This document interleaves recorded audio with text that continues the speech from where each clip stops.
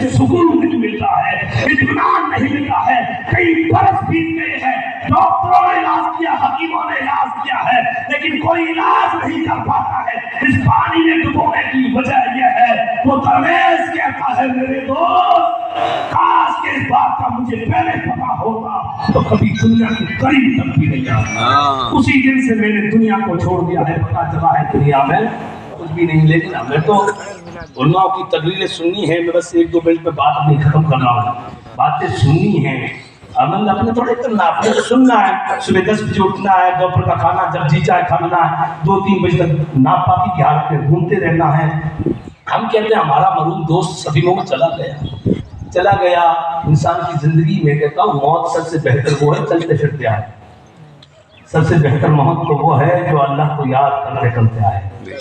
سب سے بہترین موت وہ ہے جو کسی قبرستان کی رخوالی کرتے کرتے آیا ہے. وہ قبریں آپ علماء سے سمجھے, قبروں کو جب سلام کیا جاتا ہے تو وہ جواب دیتے ہیں.